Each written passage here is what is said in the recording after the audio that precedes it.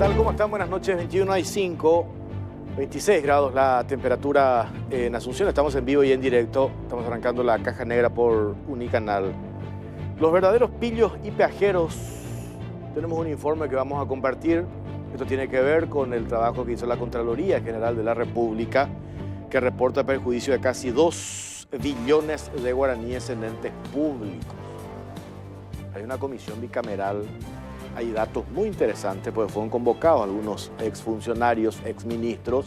Algunos de ellos confirmaron estas irregularidades señaladas por el ente Contralor. ¿Qué está haciendo el Ministerio Público al respecto? Es la pregunta. Y también Festival de Corrupción. Estamos hablando de un perjuicio de 400 millones de dólares. ¿Habrá castigo a los responsables de esto que señala la Contraloría General de la República? Estamos hablando de varias instituciones: MOPC, Petropar, INC, DINAC y otras, pero 2 instituciones, MOPC y Petropar, los estandartes de la corrupción durante el gobierno anterior. El 80% de la prensa, ni una línea sobre este tema. Y gran parte del problema que hoy estamos teniendo con toda esta discusión en torno al tema presupuesto pasa por que el gobierno anterior, en un informe de Contraloría de solamente un año, no solamente dejaron las arcas vacías y con una deuda que este nuevo gobierno tiene que cumplir. Esto también hablábamos esta mañana con Carlos Fernández Valdovinos, ministro de Economía y Finanzas. Nos explicaba el impacto que va a tener estas reasignaciones que hicieron ayer en la Comisión Bicameral de Presupuesto. 37 millones de dólares más, porque no se respetó lo que el Ejecutivo había enviado. Entre ellos incluyeron los parlamentarios de la oposición, 2 millones de dólares para los partidos políticos, pagos por expropiaciones a empresas privadas y otras cuestiones que podría incidir en perjuicio de triplicar el grupo Lince, el reajuste salarial al sector médico, etcétera, etcétera. Pero la impunidad, los responsables de este perjuicio generado al Estado durante el gobierno anterior, queda en el opareí, porque hoy, reitero, un sector importante de la prensa, que prácticamente no vio los hechos de corrupción del gobierno anterior, prácticamente estuvo como cómplice, no se hacen eco de esto, y estamos hablando de un informe elaborado por la Contraloría General de la República, parte de este informe ya remitido a la Fiscalía General del Estado. Ya está el abogado Pedro Ovelar vía Zoom. ¿Qué tal, doctor? ¿Cómo le va? Muy buenas noches, Jorge. Un gusto poder charlar contigo esta noche. Bueno, estábamos viendo, acá tengo la copia, doctor, la ampliación, objeto formular manifestaciones y ampliar denuncia. ¿Encontraron ustedes, doctor, elementos nuevos que ameritan ampliar esta denuncia en el marco de la supuesta persecución política al expresidente Horacio Cartes? Sí, Jorge, definitivamente consideramos que los documentos filtrados últimamente a la prensa, en realidad nosotros consideramos entregados a la prensa para procurar nuevamente afectar la imagen del expresidente de la República, nos trajeron bastante luz a cómo se dio esa persecución o cómo se inició esa persecución contra el expresidente. Y así encontramos un documento muy relevante, el del 1 de abril del año 2022, que sin ningún tipo de reporte de operación sospechosa basado en publicaciones periodísticas, sin que haya un pedido de Estados Unidos o de otro país o de otra institución respecto a Horacio Cartes, la CEPRELAP envía información totalmente tergiversada y manipulada con la finalidad de que los Estados Unidos y la jurisdicción norteamericana tome intervención respecto a Horacio Cartes. Ahí se señalan hechos y circunstancias que más adelante vamos a ir desmeritando cada una de ellas. Fue lo que provocó 4 meses después, o casi 4 meses después, la sanción del Departamento de Estado o la designación del expresidente de la República como significativamente corrupto. Nos parece muy relevante esta información, además de otra que es el supuesto documento filtrado por la Embajada Americana o de la Embajada Americana, que hace relación a cuestiones internas entre la relación entre el partido o el presidente del Partido Colorado, partido de gobierno, y el presidente de la República, donde indican o dan a entender de la necesidad de una separación entre ambos, que también nos parece que es parte del plan de la persecución y de la continuación de la afectación de imagen y de la persona de Horacio Cartes. En una parte de este escrito de la denuncia ampliada, hay un apartado que hace referencia a información espontánea. Se busca atraer a los Estados Unidos. Recuerdo que acá incluso habíamos publicado y nos llamó la atención exactamente este aspecto, este punto. ¿Podría ampliarnos qué es lo que, repetir, ¿verdad? Porque creo que ya hemos hablado en su momento, lo que significa información espontánea que elabora la CEPRELAT? ¿Eso qué quiere decir, doctor? Que después remite, entre paréntesis, a los Estados Unidos, a su par de Estados Unidos. ¿Qué significa lo de información espontánea? Información espontánea implica de que nadie le ha solicitado que realice el informe, de que no hay un reporte de operación sospechosa que avale o que justifique la generación de ese análisis y su posterior envío a FinCEN, que es el par de la Unidad de Inteligencia Financiera de Estados Unidos. No está motivado en ningún hecho relevante que pudiera ameritar la generación del documento, ¿verdad? Y eso realmente da pie posteriormente a una serie de hechos y circunstancias que afectaron al expresidente de la República. O sea, todo esto forma parte de un plan que se inició en el mes de enero con la filtración que hace Arnaldo Yucio de un pedido de informe irrelevante, entre paréntesis, de Panamá a la Policía Nacional del Paraguay, que es un órgano también habilitado dentro de lo que es la red de recuperación de activos del GAFILAP. Empieza con esa filtración, con la declaración ante la Comisión Permanente del Congreso sin quórum y otros hechos que posteriormente concluyen en una presentación oficial de la CEPRELAT a FinCEN y que después generan las sanciones que consideramos absolutamente infundadas y sin pruebas. Cuando se hace referencia a información espontánea, doctor, supongamos partiendo de la buena intención de la administración en su momento de la CEPRELAT, en munirse de documentación en torno a los negocios del expresidente Horacio Cartes. En principio no habría, digamos, problema alguno que esa institución comparta una información que consideran relevante. Pero lo que nosotros también habíamos hecho en un trabajo de investigación y que compartimos hace un par de semanas acá en la Caja Negra, es que el contenido de esa información generada en el formato de información espontánea, el contenido de esa información es el contenido fraguado, montado, elaborado. Ahí es donde me parece configura el hecho más grave de toda esta historia, doctor.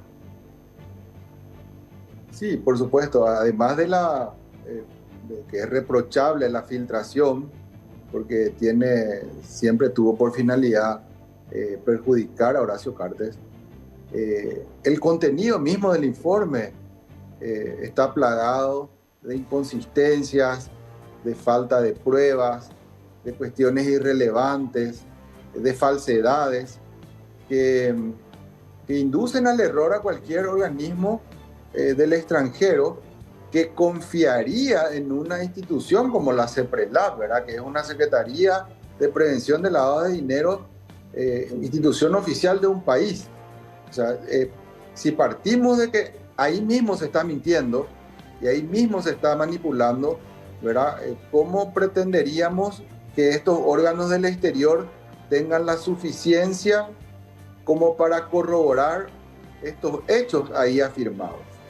Por eso siempre dijimos, nosotros en una oportunidad que tengamos de rebatir lo que probablemente tengan en Estados Unidos el Horacio Cartes, estoy seguro de que punto por punto estaremos en condiciones de sostener la absoluta inocencia del expresidente en todo lo que se le atribuyó durante el gobierno anterior, que lo persiguió permanentemente a través de estas mentiras. Cuestiones absolutamente inconsistentes, Jorge, y próximamente nosotros estaremos comunicando en el momento que corresponda todas y cada una de las falsedades y mentiras que hay en estos informes. No solo el 1 de abril, que es el que ahora tenemos acceso, sino también el de mayo del 2022, que fue el enviado a la Fiscalía y que fue filtrado a la prensa. Esta denuncia, doctor, para entender, supongo yo que tiene o buscarían dos cuestiones. Por un lado, tiene que castigarse, tiene que haber, porque se ha violado normativas internas, incluso el funcionamiento de CEPRELAT, y dejar este precedente de que nunca más se utilicen las instituciones del Estado como garrote político. O sea, por un lado, yo creo que ese también es el mensaje, la pretensión de esto, por un lado. Pero por otro lado, supongo yo que esto contribuiría en el marco de una investigación seria que pueda eventualmente llevar adelante el Ministerio Público. Hay detrás una intención de levantar esas sanciones impuestas por el gobierno de los Estados Unidos a su cliente. Jorge, en realidad queremos ir paso a paso, ¿verdad? Lo más importante es demostrar que hay delitos cometidos con las filtraciones, que hay delitos cometidos en las afirmaciones que hay en estas documentaciones, y que a partir de eso, de ese juicio penal, donde se produce la prueba, donde es transparente absolutamente todo el procedimiento, si les servirá o no, nos dirán nuestros abogados en Estados Unidos. Pero yo estoy seguro que entre los documentos y conclusiones fraguadas entre cuatro paredes y con intenciones de perseguirle a un enemigo político, versus un proceso llevado por el Ministerio Público conforme a las reglas constitucionales y legales, tenemos absolutamente una diferencia donde nosotros tendremos la razón con pruebas contra montajes desde el Ejecutivo durante el gobierno anterior. Es absolutamente diferente y seguramente servirá como para que de manera seria aquellos que fueron engañados por estos informes puedan dejar de lado las sanciones que impusieron indebidamente. Cuando usted habla, doctor, de incluso instituciones, personas, organismos, etcétera, etcétera, que pudieron haber sido engañados porque tienen elementos ustedes para sostener eso. De hecho, nosotros también reitero nomás que habíamos mostrado eso, esas evidencias. ¿Por qué se incluye? Para entender nomás también, ¿verdad? Un poco defendiendo también a mi gremio y diciendo que nosotros podemos cometer errores, podemos comprar sin querer o nos vendieron pescado podrido o lo otro, ¿verdad? Tenemos que también los periodistas aprender a hacernos responsables de nuestros actos, de nuestras publicaciones, ¿verdad? No solamente escudarnos en el tema de la libertad de expresión y publicar lo que se me antoja. Hay una responsabilidad en ese sentido que lastimosamente acá en los últimos tiempos, años en nuestro país se ha prostituido. Pero ¿por qué se menciona el caso de un hilo de un periodista que se hace eco en realidad de esa filtración de documentación que elaboró la CEPRELAT, que tiene rótulo, que tiene firma y que está responsables. ¿Por qué se invoca en esta denuncia el hilo de este periodista? Lisa y llanamente, porque de ahí obtenemos la información de la existencia de estos documentos. Pero en ninguna parte de nuestro escrito se denuncia a un periodista por lo que está publicando. Esa aclaración, doctor, perdón que te interrumpa. Esa aclaración es importante que hagas, porque ya he leído a partir de esto que levantaste, posteaste en tus redes sociales, se hace referencia de vuelta a la antesala, a la censura, a coartar la libertad de expresión. Lo que se demuestra entonces con esto, cuando se pone esta publicación del periodista, es la evidencia de la filtración, entre comillas, o de la entrega de un documento para amplificarlo. Sí, pero en el caso del periodista que se cita en el hilo ahí, el hilo que se copia, ¿verdad?, en la denuncia, es simplemente para indicarle al Ministerio Público a dónde tiene que dirigirse para obtener la información que ahí nosotros estamos acompañando. Es simplemente eso. Nosotros no estamos haciendo juicio de valor sobre el hilo del Twitter o lo que está ahí expresado por el periodista. Nosotros estamos contando cuál es la fuente en la cual hemos accedido a la información que todo el mundo ha accedido, ¿verdad? Ni le están pidiendo al periodista que revele su fuente. Ni eso, ni siquiera que declare. Ni siquiera que declare, ¿verdad? Porque verdaderamente él fue un instrumento, ¿verdad?, utilizado por otros periodistas que tenían la información para que pueda, digamos, luego colgarse de esa noticia, ¿verdad? Esto parte de lo mismo, porque, ¿verdad?, nosotros no criticamos absolutamente el ejercicio del periodismo, ¿verdad? Pero sí criticamos, o sea, el artículo 28 de la Constitución habla de que todo ciudadano tiene derecho a una información veraz, ecuánime, sí, que acierta la información. Sí. Y el artículo 26 de la Constitución Nacional habla de dos cuestiones: la libertad de expresión y la libertad de prensa. La libertad de expresión es de cualquier ciudadano, como lo estoy haciendo yo en mi carácter de abogado de una persona afectada por hechos ilícitos. Y esa libertad de expresión y juzgar lo que hacen ciertos medios de prensa no me puede ser coartada a mí en la misma medida que no puede ser coartada la libertad de prensa. Por eso, el artículo 26 dice la libertad de expresión y la libertad de prensa. No es que la libertad de prensa es sinónimo a libertad de expresión. Estamos hablando de una conjunción disyuntiva y la libertad de expresión es de todo ciudadano y la libertad de prensa es de aquellos que ejercen la prensa o el periodismo. Entonces, yo puedo criticar una campaña de amplificación de mentiras y de tergiversaciones. Yo lo puedo criticar, con ello yo no estoy coartando la libertad de prensa. Ahora, cuando un periodista me dice, usted no me puede criticar porque afecta mi libertad de prensa, automáticamente lo que está haciendo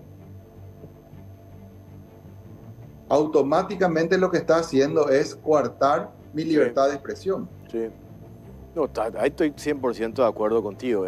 Nosotros, los periodistas, no estamos en una categoría distinta, ¿verdad? Por supuesto, que podemos ser criticados y hacernos responsables de nuestras publicaciones. Eso es categórico, ¿verdad? No quería nomás entender este contexto, por qué se le invoca a este periodista en cuestión, y ya he leído nomás que se pretende de vuelta amedrentar a los periodistas. Algo similar a lo que se había instalado con estos requerimientos realizados por el Ministerio Público a algunos medios de comunicación acerca de quienes redactaron esos artículos relacionados al tema de las filtraciones, que también entendemos dentro de qué contexto se hace. El Ministerio Público tiene que agotar esas instancias y el periodista no puede, sí es cierto, ser obligado, pero si quiere revelar su fuente lo puede hacer, no puede ser obligado nomás a hacerlo, ¿verdad? Esa es una cuestión personal. No le está prohibido, Jorge, revelar su fuente. Como sí me está prohibido a mí como abogado declarar en contra de mi cliente, por ejemplo. Sí. No es una opción mía declarar o no en contra de mi cliente. Sí, esa es la diferencia sustancial entre lo que es prohibido, ¿verdad? Y lo que es, no es una obligación de hacerlo. Sí. No, entiendo perfectamente. Solo que nosotros si revelamos nuestra fuente, yo creo que dediquémonos a otro oficio. Acá, yo me dedicaría a otro oficio. Si revelo mi fuente, me voy y vendo manzana en el mercado, ¿verdad? Pero para entender eso quedó aclarado. O sea, no se le pide declarar simplemente como fuente de información. Al Ministerio Público se le indica, ustedes quieren saber dónde se filtró, ahí está. Y el detalle, ahí pueden encontrar esa información. Eso es lo que se puntualiza cuando se menciona entonces el nombre de este periodista. Así mismo, solamente de modo indicativo dónde llegar al documento. Ya. ¿Qué es lo que, por último, qué es lo que se espera ahora? ¿Hay avances ya de la tarea del Ministerio Público en relación a la primera denuncia que presentaron? Realmente no conocemos los detalles, Jorge, porque nosotros no participamos en las diligencias ni tenemos acceso a ellas. Yeah. Sí, confiamos que el Ministerio Público está haciendo su trabajo, ¿verdad? Que está pidiendo los informes que correspondan y cuando tengan más avanzada la investigación y más enriquecida todo en materia documental y probatoria, evaluaremos si asumimos una querella por todos estos ilícitos para poder participar efectivamente de las diligencias como parte ya en el proceso. Ahora sí, la última.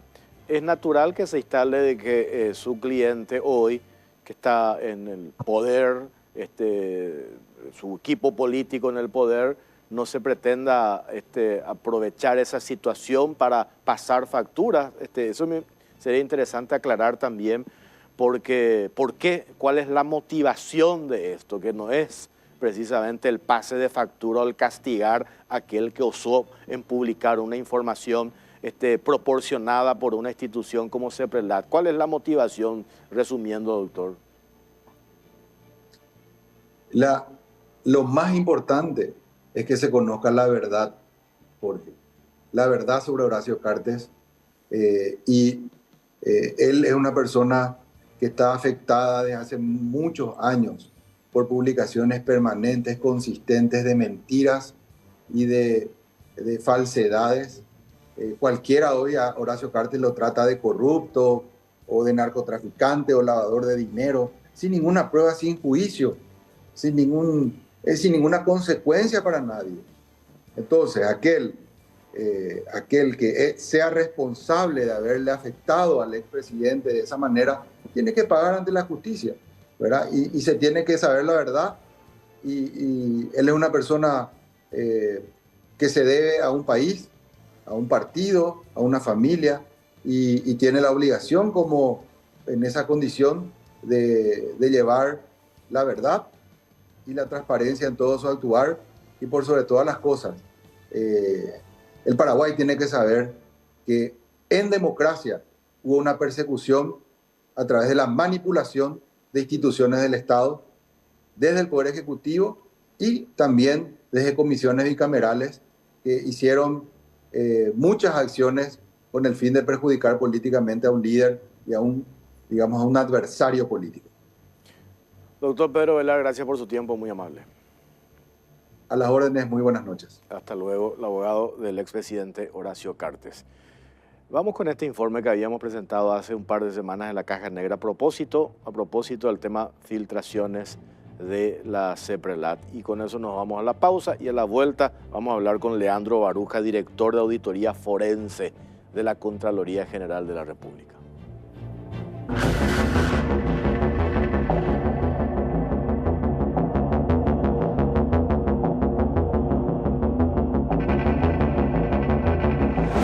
Operativo de filtración confirma estrecha colaboración del gobierno de Abdo con Estados Unidos para el garrote político.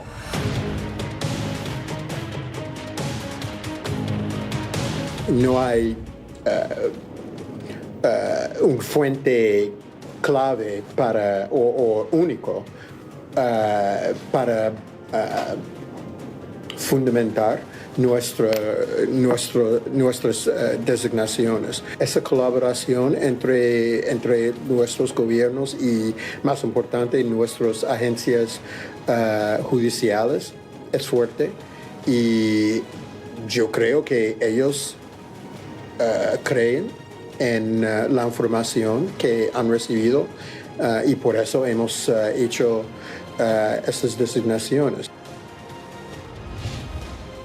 Un llamativo operativo de filtración de documentos oficiales vinculados a investigaciones financieras fue colgado en un sitio web de una ONG. Entre los documentos filtrados aparece uno que revela la estrecha colaboración desde la CEPRLAT a un organismo del gobierno norteamericano donde se facilitaba información parcial y sesgada sobre actividades empresariales y vínculos del expresidente Horacio Cartes. La organización sin fines de lucro Distributed Denial of Secret, dedicada a la filtración y archivo de documentos, publicó en su sitio web documentación relacionada a investigaciones generadas desde la Secretaría de Prevención del Lavado de Dinero que hacen referencia al expresidente Cartes. La filtración incluyó documentos de carácter confidencial y sin valor probatorio acerca de los vínculos y actividades comerciales del expresidente Cartes. En total, la filtración consiste en 28 reportes de inteligencia financiera, totalizando unas 1.620 páginas. Uno de los documentos filtrados por esta ONG corresponde a un reporte de información de carácter espontáneo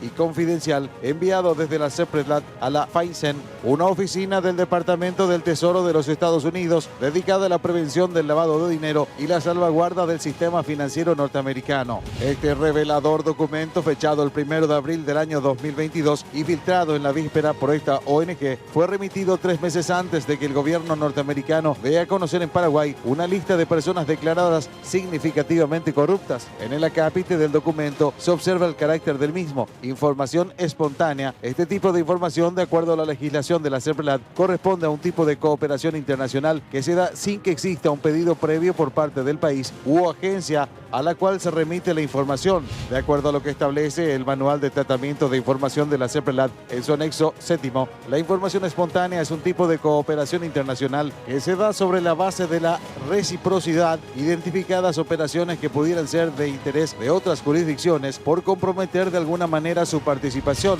En el mismo manual se establecen las reglas generales sobre la cooperación internacional al decir que se garantiza la confidencialidad de los datos y de las informaciones recibidas en el marco del estricto ámbito de la inteligencia que rige los pedidos de cooperación como para sus respuestas. Así también, las reglas de procedimiento interno de la CEPRLAT estipulan de forma taxativa que el contenido de los informes no puede ser utilizado como elemento probatorio en algún procedimiento administrativo o judicial, ni como materia de evidencia ante los órganos jurisdiccionales dentro de un eventual juicio o en cualquier otra etapa de un debido proceso. La Dirección General de Análisis Financiero y Estratégico de la CEPRLAT es el que tiene a su cargo los informes de la cooperación internacional. Esta dirección fue manejada hasta enero de 2022 por Carmen Pereira, ex viceministra de la CEPRLAT y considerada cerebro de las filtraciones de los documentos internos a los medios locales. En el año 2022 iniciaron los sistemáticos ataques político-mediáticos que socavaron la institucionalidad de la CEPRLAT y de otros organismos del Estado. Una investigación de la Caja Negra reveló meses atrás documentos y correos electrónicos que dejaron al descubierto el esquema montado desde la Unidad de Inteligencia Financiera de la CEPRLAT para dirigir investigaciones con fines políticos y filtrar información confidencial.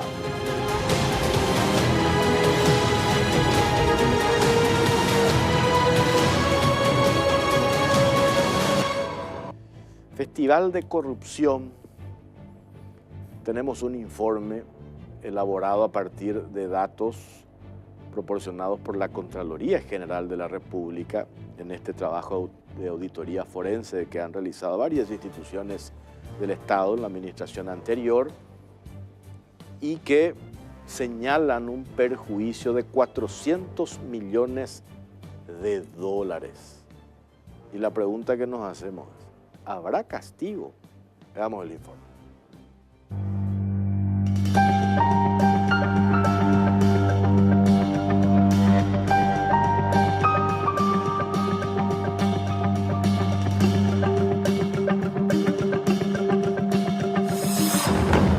Festival de corrupción. Perjuicios de más de 400 millones de dólares. ¿Habrá castigos? En lo que va del año 2023, la Contraloría General de la República remitió 60 reportes de indicios de hechos punibles a la Fiscalía por un monto de 3 billones de guaraníes, unos 423 millones de dólares al cambio actual, ante las irregularidades detectadas en las instituciones públicas, tanto las dependientes del Poder Ejecutivo como las municipalidades y gobernaciones. Sobre este punto, la comisión bicameral encargada de considerar el informe y dictamen del ente Contralor solicitó que remita los avances sobre hechos punibles detectados en Petropar y en el Ministerio de Obras Públicas y Comunicaciones. En el caso del MOPC, la Contraloría remitió en abril de este año un reporte por las irregularidades en la ejecución de los recursos destinados al subsidio del transporte público de pasajeros del área metropolitana del ejercicio fiscal 2021. El monto del perjuicio patrimonial detectado fue de 675.092.350 guaraníes, monto que el Ministerio pagó en concepto de subsidio entre enero y marzo del 2021 a empresas que operaron con resoluciones de explotación ya vencidas. A dicha cifra debe sumarse las rendiciones de cuentas incompletas que presentaron las empresas beneficiadas con el subsidio entregado durante los meses de abril, mayo, junio y julio del 2021. De acuerdo con la Contraloría, estas firmas transportistas no contaron con la cantidad de 2 conductores para cada vehículo de su parque automotor. En este trabajo Contralor, que consistió en una fiscalización especial inmediata, también se evidenciaron diferencias en las cantidades de buses entre el parque automotor autorizado y el parque aprobado de varias empresas del transporte público. Además, a través de una resolución ministerial, el Ministerio de Obras Públicas modificó la modalidad de cálculo para el pago del subsidio, que se había establecido originalmente mediante un decreto, por lo que este cambio se realizó en infracción al orden de la prelación jurídica. Fracasada planta cloacal en Areguá. El 9 de octubre, la Contraloría remitió otro reporte a la Fiscalía por valor de 6.805 millones de guaraníes, 915.000 dólares, a raíz de la falta de ejecución de sistemas de provisión de agua potable e inconvenientes en los trabajos en la ciudad de Areguá. Mediante una fiscalización especial inmediata, el equipo interviniente constató que el Ministerio de Obras Públicas, durante la gestión de Arnoldo Vins, pagó al consorcio Aguas del Paraguay en abril del 2019 un anticipo financiero de 6.232.526.960 guaraníes, equivalente al 20% del monto total de la obra para la construcción del sistema de alcantarillado sanitario y mejora de la red de agua potable en Areguá, acumulándose a enero del 2020 el importe de 143.141.000 guaraníes correspondiente a la devolución del anticipo, quedando pendiente de reembolso el saldo de 6.089.385.960 guaraníes. Sin embargo, la ejecución de la obra se canceló. Asimismo, en septiembre del 2019, el Ministerio de Obras Públicas autorizó el inicio de las obras en el inmueble cedido por la Municipalidad de Areguá, localizado en el lugar denominado Isla Valle, y pagó 715.705.000 guaraníes al consorcio por la preparación del terreno, tales como la limpieza de arbustos, malezas y la carga, traslado, descarga y esparcido de material no clasificado. Entre las observaciones hechas por la Contraloría, figura que el MOPC autorizó el inicio de las obras sin contar con el consentimiento libre, previo e informado de las comunidades que se opusieron a la construcción de la planta de tratamiento de aguas residuales en un área protegida y además sin tener la aprobación de parte del Ministerio del Ambiente, referente al informe de auditoría de cumplimiento del plan de gestión ambiental del proyecto. Petropar. También en octubre de este año, la Contraloría remitió 2 informes al Ministerio Público referente a inconsistencias detectadas en Petropar tras la realización de auditorías de cumplimiento de los ejercicios fiscales 2022 y 2023 durante la época de Denis Lichi. Una de ellas consiste en el pago por la supuesta reparación mayor de un camión viejo, Fiat 619, que estaba en desuso y desmantelado en un taller por un costo mayor que el camión mismo y sin que se repare el rodado, además de la falta de ubicación de 958 máquinas expendedoras de combustible. El perjuicio patrimonial por estas 2 irregularidades totaliza la suma de 40.301 millones de guaraníes, 5.4 millones de dólares. El segundo reporte habla de una diferencia entre la ejecución presupuestaria de ingresos y el listado de cobranzas a diciembre del 2022 y pagos para la construcción del tanque de combustible en Villaliza por más de 1 billón de guaraníes, 173 millones de dólares, en perjuicio de las arcas del Estado.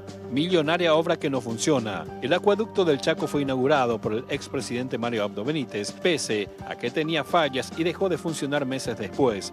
Este sistema de provisión de agua demandó una inversión de 130 millones de dólares. Sin embargo, a la fecha sigue sin funcionar. El acueducto, que tiene pérdidas que implican trabajos de reparación, pasó por varios gobiernos, siendo la primera etapa en el año 2013. El ingeniero Augusto Ríos Tonina, especialista en hidrología, solicitó al Ministerio Público investigar los detalles sobre el proyecto, que fue una obra largamente esperada en el Chaco, que buscaba solucionar la escasez de agua en las comunidades, principalmente indígenas, pero que se habría sobrefacturado y además ni siquiera funciona.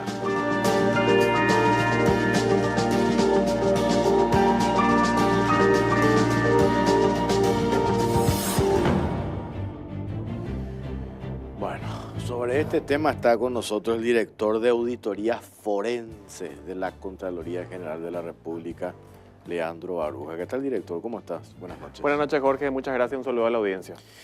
Bueno, esto ya, el contenido de estos informes tiene la Fiscalía, ¿verdad? En efecto. ¿Cómo surge esto? ¿Esto es solamente ejercicio fiscal 2022. Mayormente ejercicio fiscal 2022.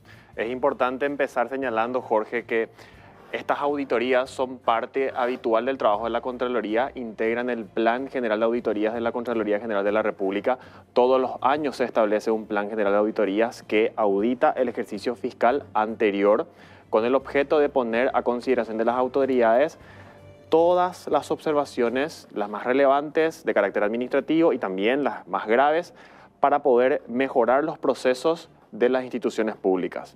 No son auditorías que se hacen de manera puntual porque ahora cambió el gobierno o porque se da una cuestión especial, sino simplemente parte del trabajo constitucional de la Contraloría General de la República.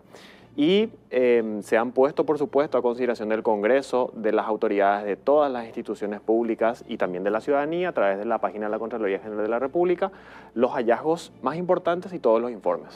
¿Todos los años se hace esto? Todos los años.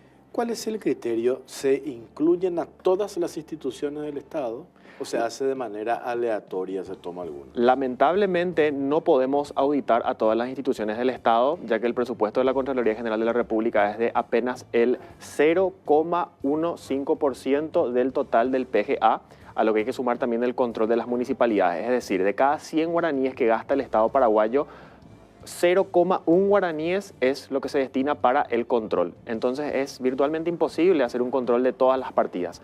No obstante, la Contraloría realiza un trabajo, a mi juicio, por supuesto, cualitativo y cuantitativo importante. Hemos presentado más de 4.000 actividades de control ante el Congreso. Se han hecho múltiples fiscalizaciones, además de todos los controles que tienen que ver con declaración jurada de bienes y rentas y también ahora la declaración jurada de intereses.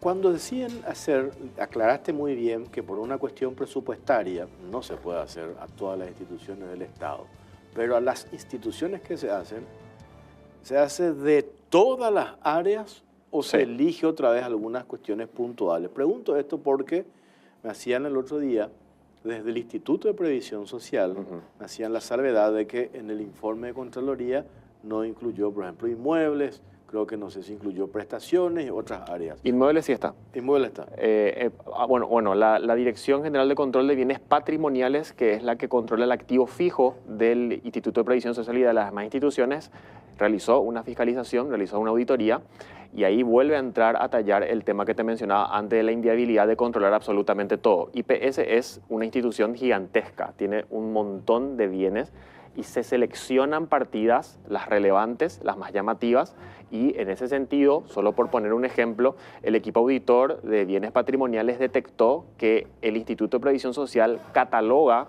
o sea, le denomina como, entre comillas, faltantes a determinados bienes por valor de más de 40.000 millones de guaraníes.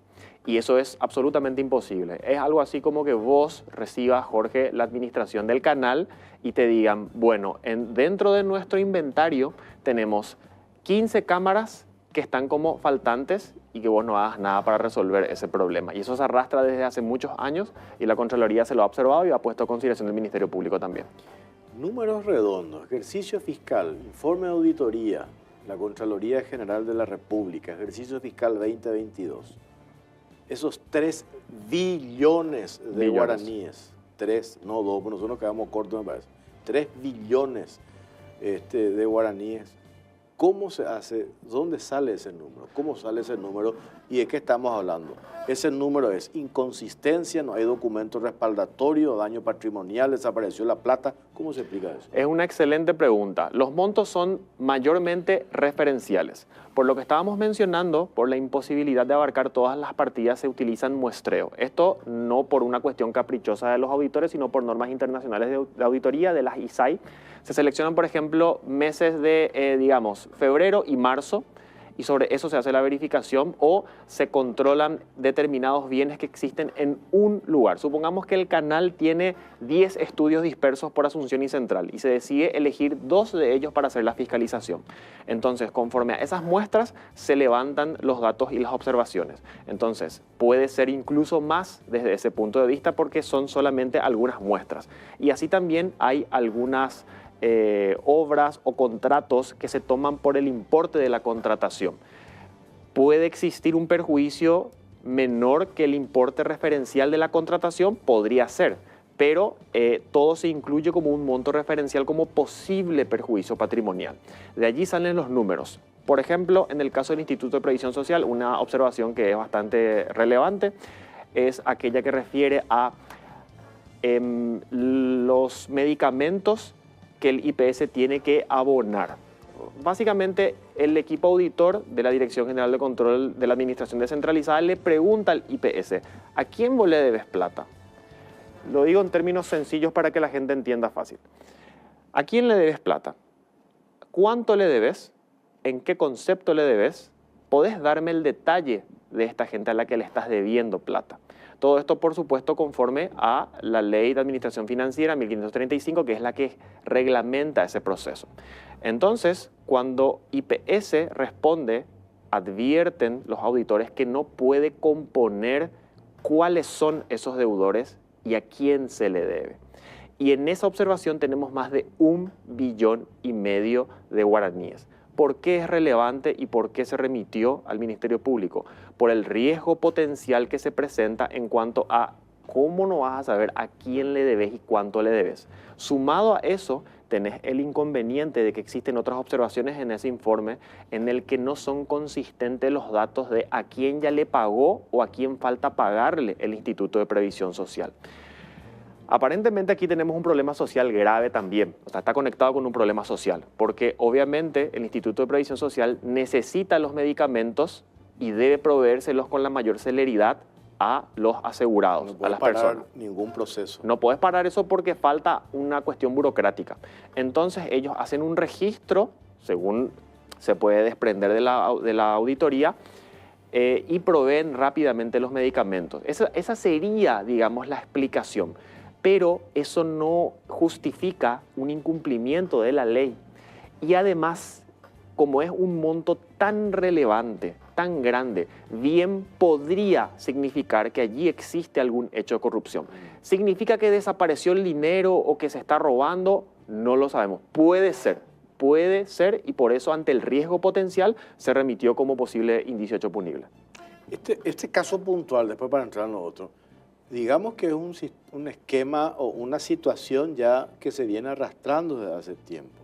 Eso que estás describiendo, esa precisión de cuánto le debe el IPS a tal proveedor y ese proveedor y hacer la documentación del proveedor y lo que debe IPS, ese cruce de datos. Eso viene desde hace tiempo. Sí. ¿Cómo parar la pelota allí?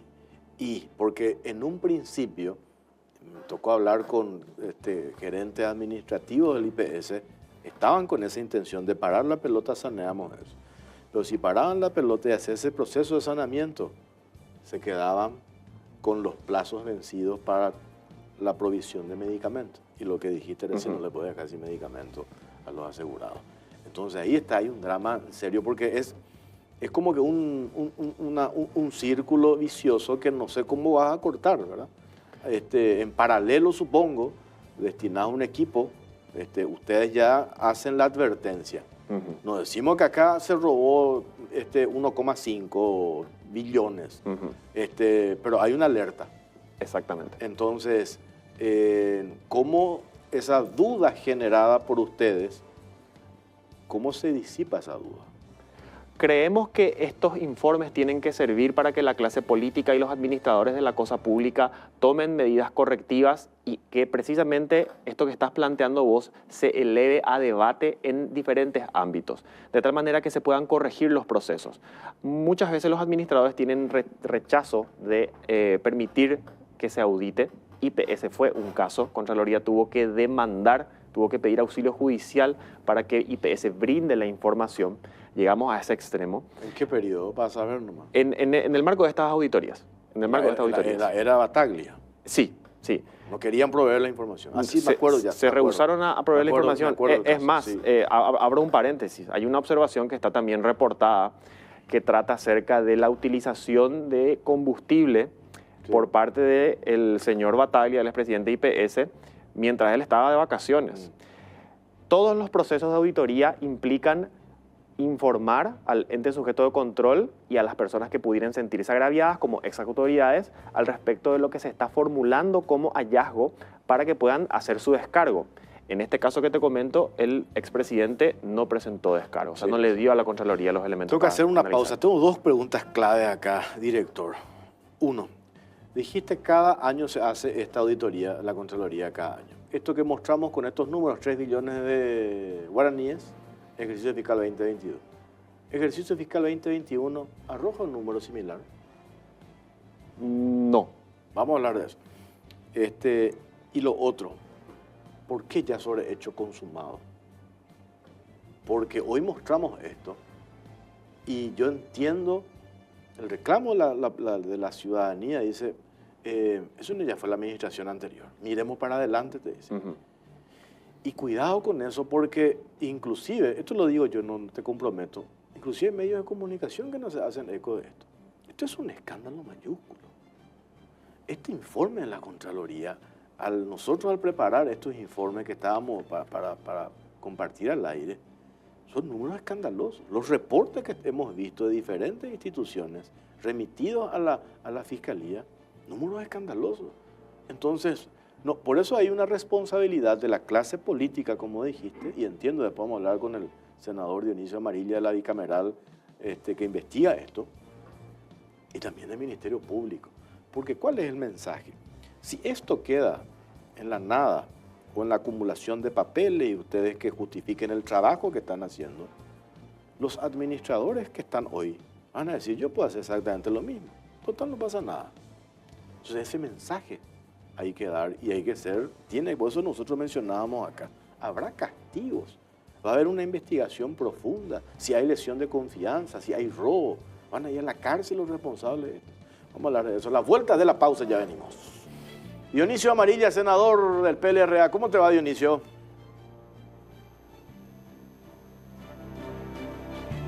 Vamos a retomar enseguida con él. Tenemos el informe Los verdaderos pillos y peajeros. Informe que estamos compartiendo también a partir de los datos proveídos por la Contraloría General de la República.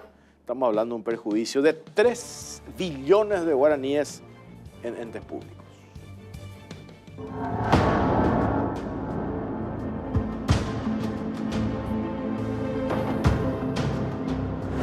Los verdaderos pillos y peajeros. Contraloría reporta perjuicios de casi 2 billones de guaraníes en entes públicos. Por un monto que trepa a casi 2 billones de guaraníes en concepto de perjuicio a las arcas del Estado, la Contraloría General de la República reportó casos de corrupción en las entidades estatales como el Instituto de Previsión Social, la Dirección Nacional de Aeronáutica Civil y el Ministerio de Educación. El pasado 5 de septiembre, la Contraloría realizó 4 reportes de indicios de hechos punibles a la Fiscalía por irregularidades halladas en el Instituto de Previsión Social durante los ejercicios fiscales 2022 y 2023 por un valor total de 1.7 billones de guaraníes, 235 millones de dólares. En el primer reporte habla de un daño patrimonial de 2.766 millones de guaraníes y expone que no se constató documentación sobre la rendición de cuentas de combustible. Se realizaron cargas no razonables, como un mismo funcionario en varias localidades del país en un mismo día. Incluso los funcionarios usaban el combustible en sus días de vacaciones y supuestamente se cargaban a los camiones que en realidad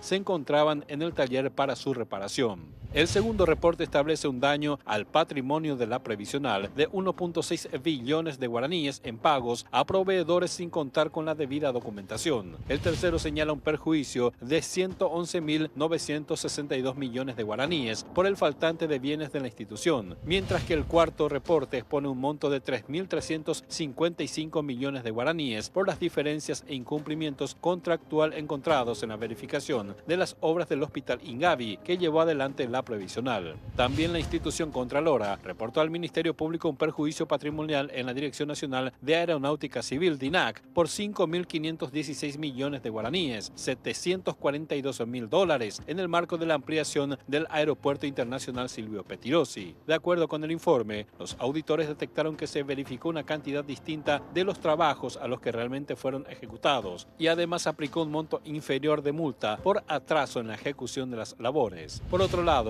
el 3 de mayo de este año, la Contraloría reportó a la Fiscalía los hallazgos de una fiscalización especial inmediata en la industria nacional del cemento de los ejercicios fiscales 2020 y 2021, referente a la obra de montaje mecánico electrónico y puesta en marcha de un ventilador para la fábrica de Vallemí. El perjuicio sería de 2.173 millones de guaraníes, $292.000. El equipo auditor detectó que se introdujeron a una adenda los trabajos que debieron ser ejecutados en el marco del contrato original, lo cual habría derivado en la inconsistencia millonaria. También en esa fecha reportó los hallazgos en una auditoría de cumplimiento realizada a la INC del ejercicio fiscal 2021. Se detectó que personas particulares extraían piedras de la cantera de la INC en Vallemí, Concepción, e instalaban fábricas de cal hidratada, agrícola y caleras en el predio de la institución, sin existir un contrato ni pago de alquiler o canon. En este caso, no se pudo cuantificar el monto del daño patrimonial debido a la imposibilidad de determinar la cantidad de piedras extraídas y el valor de las mismas, así como el importe por el usufructo realizado por particulares de la propiedad de la industria nacional del cemento.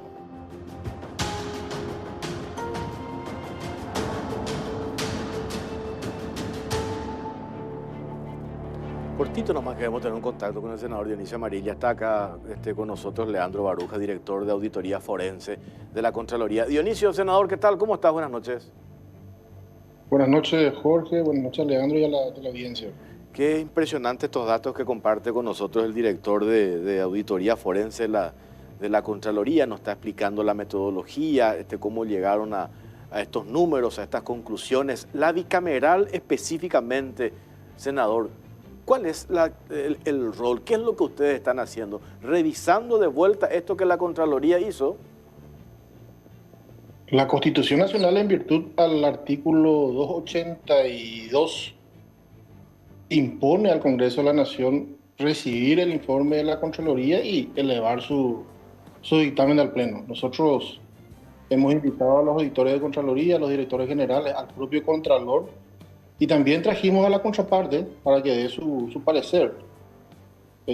Penosamente tenemos que confirmar que, por ejemplo, el exministro de Obras Públicas, Segovia, vino sin documentos, solamente arguyó de que él estuvo unos pocos meses del mes del año 2022 y que no tenía forma de hacer su descargo. Recordarán ustedes que el expresidente de INC, el doctor Ataglia, envió una nota aduciendo de que su caso ya está en el Ministerio Público y prefería, bajo el artículo constitucional que precautela su inocencia, hacer su defensa en dicha instancia.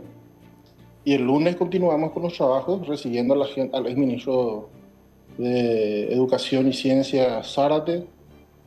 También ha sido invitado a la gente del Ministerio de Defensa, porque en Dimabel, también del Ministerio de Defensa, se han encontrado, la Contraloría ha encontrado cifras millonarias respecto a la producción de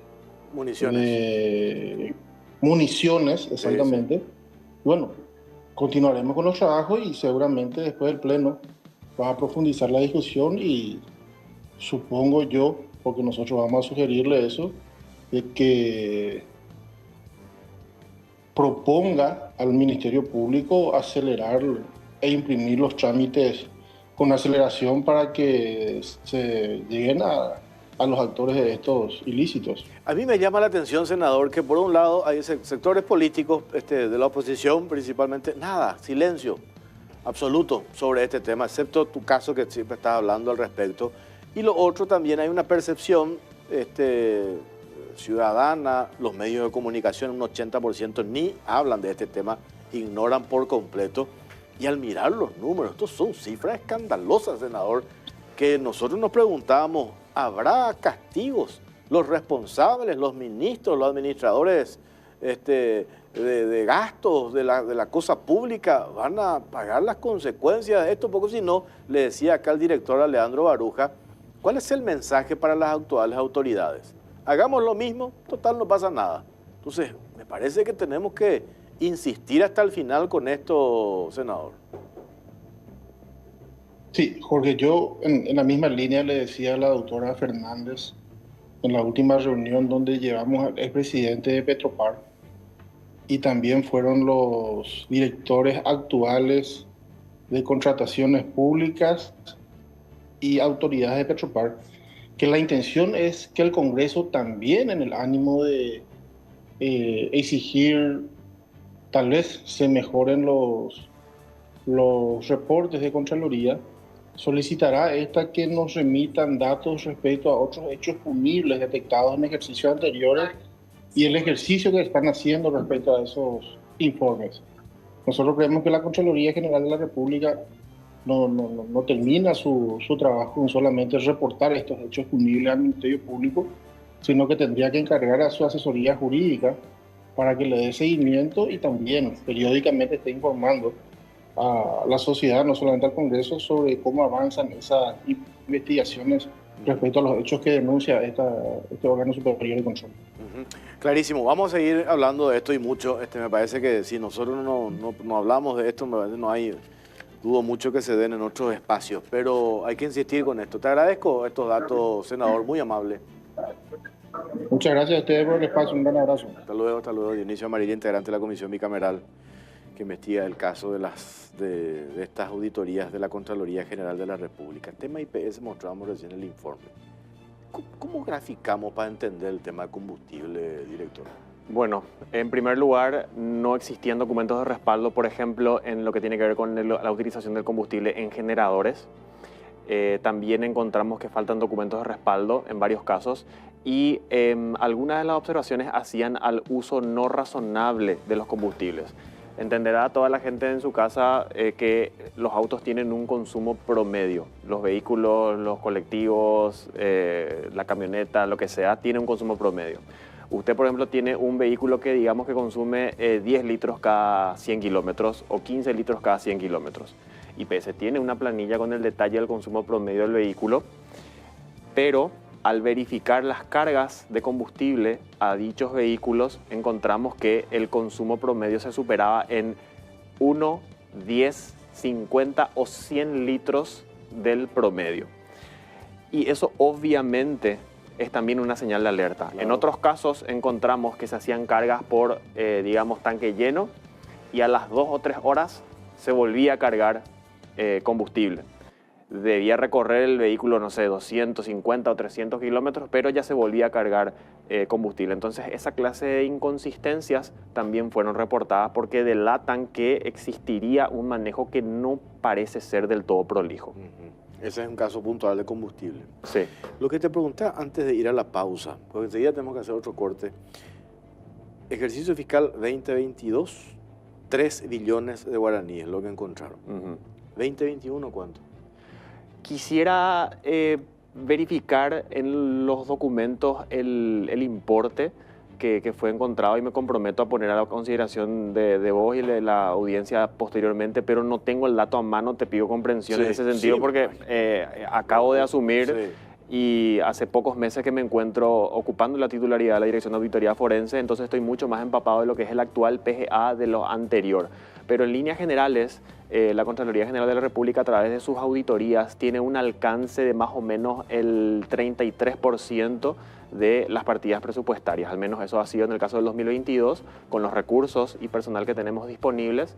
Y el control suele reflejar más o menos entre un 10 y 20% de observaciones que son un poco más graves y llamativas. Porque si cada año la Contraloría hace esta auditoría forense, supone que hay varias instituciones. O sea, creo que solamente en el 2022 saltaron todas estas inconsistencias. No, en absoluto. Entonces, ¿cómo quedaron las otras? ¿Quedaron solamente allí en la página web de la Contraloría? ¿Fueron remitidas al Ministerio Público? Supongo que sí. Ante la existencia eventual de algún hecho punible, supongo que habrán remitido eso al Ministerio Público. ¿Cómo están esos casos? Tenemos el seguimiento a dichos casos en el Ministerio Público, tenemos los datos concernientes a la fecha de presentación de los reportes, la fecha del número de mesa de entrada. Hay una unidad en la Contraloría que se encarga de hacerle ese seguimiento. Se entiende, por supuesto, que también muchas veces escapa de lo que nosotros podamos hacer, pero a pesar de eso, hacemos un seguimiento de todos esos casos. Lo que puedo decirte es que en lo que va de la administración actual de la Contraloría General de la República se han presentado más de 160 reportes a la Fiscalía, a más de las denuncias que se presentan en diversas clases, la remisión de los informes finales en diversas clases. Hay veces que, por ejemplo, se abre una causa penal y el Ministerio Público consulta si es que existe una actividad de control y nosotros le respondemos, por ejemplo, está en proceso de realizarse, se ha dispuesto ahora, y le remitimos el informe final completo. Eso ha sido, por ejemplo, el caso de, creo que la Gobernación de Central, por ejemplo. También se presentó hace no mucho una auditoría al CONES, dentro de lo cual se encontró una irregularidad en una universidad privada y se ha remitido también a la Fiscalía la denuncia. Tenés gobiernos departamentales y tenés municipalidades. Sí. Imagínate cuántos son 17 gobiernos departamentales, 263 o más o menos municipalidades. La Contraloría no jamás va a poder, tienen que hacer de manera aleatoria. Y cuando vemos estos informes de la Contraloría, entramos en la página web de la Contraloría y vemos estos informes. Y después estamos en la discusión del tema presupuestario. Robamos menos, la plata va a alcanzar. Robamos menos, la plata va a alcanzar. El tema IPS Bataglia, esto que mencionaste, el combustible, es un escándalo. Puntualmente sobre el presupuesto, ya que lo mencionás, un pequeño comentario. Si hacemos un análisis histórico al respecto del presupuesto de la Contraloría, vamos a encontrar que proporcionalmente a los recursos que debe controlar, cada año tiene menos porcentaje sobre el total. Al menos desde que está la actual administración, cada año le tocó un porcentaje menor. Por supuesto, muchas instituciones pueden decir también, a mí me toca cada año un porcentaje menor, pero ¿por qué en nuestro caso esta métrica es relevante? Porque es el universo que tenemos que controlar. Tengo que hacer la última pausa. A la vuelta, Secretaría Nacional Anticorrupción. ¿Qué va a pasar con esta secretaría? ¿Está en condiciones la Contraloría General de la República de absorber la SENAC, Secretaría Nacional Anticorrupción? Están en condiciones. Ese presupuesto no sé cuánto es, creo que tampoco es mucho, ¿verdad? Pero poquísimo. Ustedes pueden absorber eso porque ¿qué hizo la Secretaría Nacional Anticorrupción? Absolutamente nada. Pausa, ya venimos. Bueno, seguimos. Último bloque ya, ¿verdad? Tenemos 7 minutos. Dos cositas. Antes de ir al tema SENAC. ¿Cómo tenemos que hacer para modificar para que la Contraloría actúe antes y no ya sobre hecho consumado? Todos los fatos ya están liquidados. La Contraloría entra después. ¿Y cómo podemos hacer para entrar antes, ante indicios o reportes o denuncias de funcionarios? ¿Cómo se puede hacer eso, director? Es una de las principales preocupaciones de la Contraloría General de la República y viene trabajando hace bastante tiempo para tener disponibles todos los sistemas y mecanismos para poder hacer ese control preventivo y concomitante al respecto de todas estas y otras irregularidades, mayores y menores. Al respecto, te digo lo que menciona normalmente el Contralor Camilo Benítez. Nosotros en los papeles tenemos todo. Lo único que nos falta es tener el presupuesto suficiente para implementar los sistemas. Me refiero a la DIARI, que es una unidad de reacción inmediata Básicamente son un montón de personas súper especializadas en ingeniería, en informática, en análisis de datos y en inteligencia artificial que tienen computadoras conectadas a los sistemas del Estado, sobre lo cual realizan las actividades de control de manera inmediata. Este modelo se implementó en Colombia y nuestros técnicos han estado en Bogotá para hacer las capacitaciones y para tener todo presto. En mi caso también he tenido la suerte y la oportunidad de visitar Bogotá y de visitar la Diari de Colombia y es realmente maravilloso el sistema. Si es que lo implementamos, el beneficio para la ciudadanía, para las instituciones públicas, el ahorro en recursos y en tiempo va a ser sustancial y ojalá que Contraloría pueda obtener esa partida presupuestaria para implementar el proyecto. Leandro Villalba Baruja, director de Auditoría Forense de la Contraloría General de la República. ¿SENAC tiene que pasar a Contraloría? Creo que sí y creo que la Contraloría tiene los requisitos para poder cumplir ese trabajo. Es importante mencionar que esto surge a iniciativa del presidente de la República, Santiago Peña, que mencionó que esta secretaría debería ser suprimida.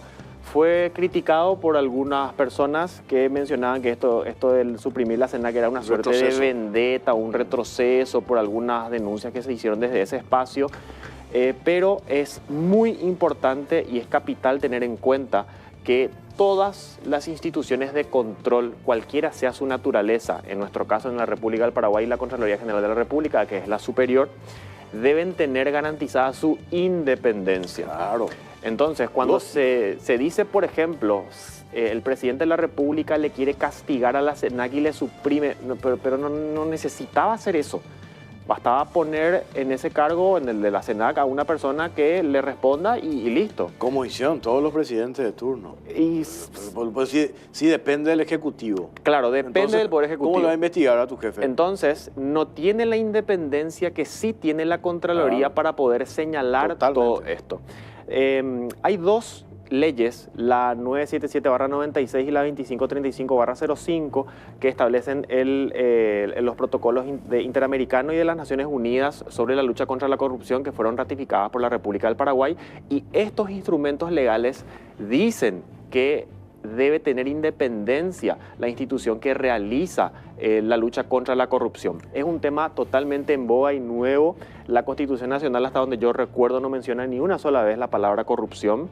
Los tratados de derecho administrativo como el de Roberto Dromi no tienen capítulos que hacen a la rendición de cuentas. Entonces, en nuestro país es un asunto incipiente que va avanzando poco a poco por la exigencia de la ciudadanía, de ustedes, los trabajadores de la prensa, y por la misma disputa política entre los grupos que quieren controlar si que las reglas de juego y de competencia sean limpias. Y en ese sentido, nosotros creemos que Contraloría tiene lo necesario por recursos humanos, por recursos también de experiencia y recursos jurídicos para poder absorber a la SENAC. Ustedes son una voz autorizada para hablar de esto, pero lo principal en el tema SENAC es la autonomía.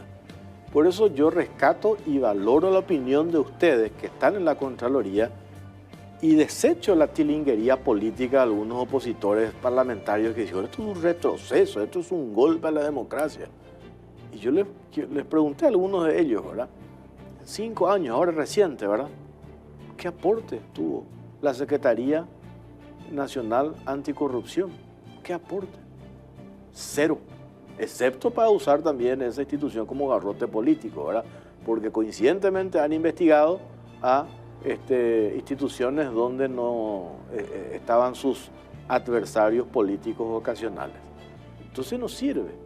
Entonces optimicemos los recursos de esa Secretaría Nacional Anticorrupción, le damos a la Contraloría, que tiene todas esas virtudes que acabas de mencionar, y fortalezcamos el trabajo de la Contraloría. Muy sencillo me parece de comprender esto. Y por eso rescato, porque digo, ustedes sí son una voz autorizada para hablar de este tema. Sería lo ideal. La independencia que aún le faltaría a la Contraloría es tener mejor presupuesto y mejor autonomía para poder realizar todas las fiscalizaciones, lo cual va directamente de la mano con los resultados que se tengan. Te decía antes que cada vez nos toca una porción, un porcentaje más chico del total, pero aún así tenemos cada vez más resultados. Y eso se da por el compromiso de los funcionarios y de las autoridades de tratar de trabajar en el buen sentido. Sácame el título para mañana. Hay un trabajo que están haciendo todavía sobre el ejercicio fiscal 2022. Sí. Y parece que esos 3 billones de guaraní de gobierno anterior nos quedamos cortos. Hay otro, ¿cuánto?